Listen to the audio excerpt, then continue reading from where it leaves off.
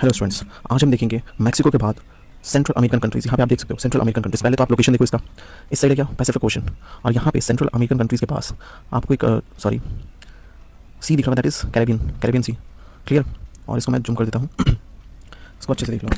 यहाँ पे ये इस साइड है कैरेबियन सी, इधर है पैसिफिक ओशन।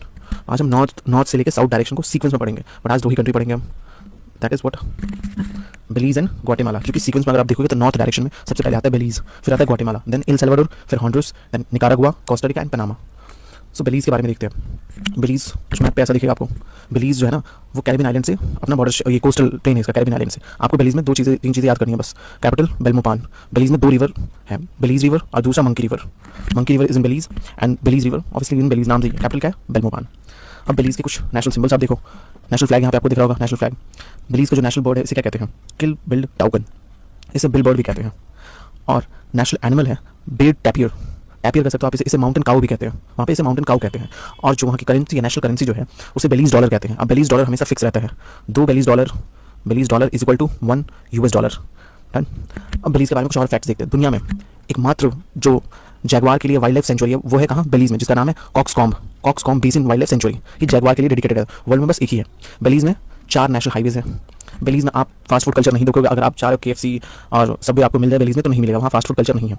बेलीज में पूरी दुनिया का सबसे बड़ा सी सिंक होल है, समुद्र के अंदर गहरा एक छेद से होगा सी सिंक होल, और उसका सबसे बड़ा है। और बेलीज में 450 छोटे छोटे आइलैंड हैं। हर आइलैंड पे एक वॉचमैन अपॉइंट किया जाता है उस आइलैंड को देख रेख करने के लिए। Is it clear?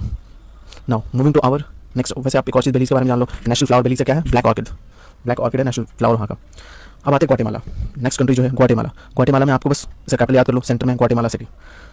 अब आते हैं ग्वाटेमाला के बारे में जानो कि नेशनल फ्लैग कुछ ऐसा दिखता है। ग्वाटेमाला का जो नेशनल बर्ड है ना उसे क्विटजल कहते हैं, क्विटजल। और क्विटजल के ही नाम से ग्वाटेमाला का करेंसी चलता है, जिसे क्विटजल कहते हैं। वहाँ का करेंसी का भी नाम है क्विटजल और नेशनल बर्ड का ही नाम है। डन। अब ग्वाटेमाला का कंट्रीब्यूशन देखते हैं मॉडर्न वर्ल्ड में क्या है कंट्रीब्यूशन। तो डुओलिंगो ऐप, एवरीवन नोज कि डुओलिंगो क्या है? फ्री लैंग्वेज सीखने का एक प्लेटफॉर्म है। और रीकैप्चा और कैप्चा, ये दोनों चीज़ें कहाँ से बनी है? मतलब इंजीनियर्स ने कहाँ बनाया? वो कहाँ के इंजीनियर्स थे? ग्वाटेमाला के। नाउ अब ग्वाटेमाला के बारे में एक इंटरेस्टिंग चीज़ कि ग्वाटेमाला ना कार्डमम, इलायची, जिसे इलायची कहते हैं, कार्डमम द लार्जेस्ट प्रोड्यूसर है वर्ल्ड में ग्वाटेमाला। सेकंड रैंक पे आते हैं कौन? इंडिया। हम लोग आते हैं सेकंड रैंक पे। Is it clear? ना ग्वाटेमाला के बारे में और आपको कुछ जानना है तो यहाँ पे आप देख सकते हो ग्वाटेमाला के बारे में दिया है। कितना पॉपुलेशन इसका? 17.2 मिलियन पॉपुलेशन है।